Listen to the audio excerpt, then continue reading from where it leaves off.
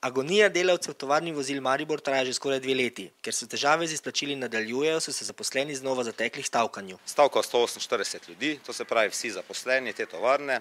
Zjutraj na stavkovnem odboru smo, soglasno stavko potrdili, na zboru je bila tudi ta stavka soglasno potrjena. Imeli smo pogovore z predstavnikom lastnika zjutraj in z predsednikom uprave. Smo jim podali te naše stavkovne zahteve, dobili smo na njih odgovore in zdaj bo stavka potekala tako dolgo, dokler se ti dogovori na neki način ne začnejo realizirati. Vse delavce podpira sindikat in zaposlene v svojih prizadevanjih.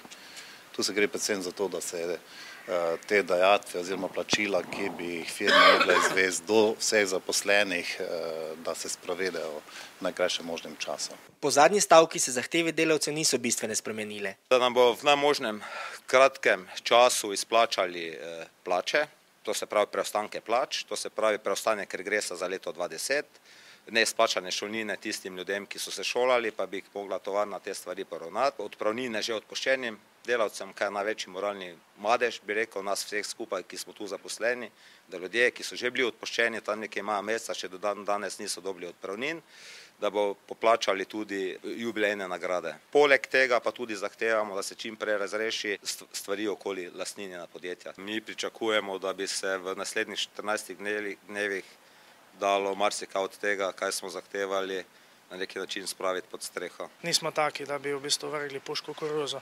Definitivnega odgovora, ja, bomo rešili, ne bomo rešili, tega pa ne moram dati.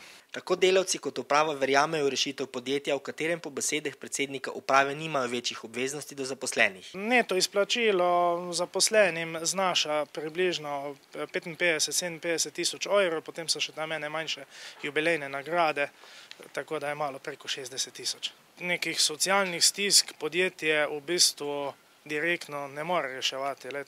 Mi smo se vedno potrudili, da smo napravili tisto maksimalno, kar je možno. In tako smo recimo tudi v lanskem letu še na zadnji dan, za zadnji delovni dan, 31. januarja, prenakazali akontacije plač, ki so predstavljale še vseeno 60-70% sodelavcem celotno izplačilo.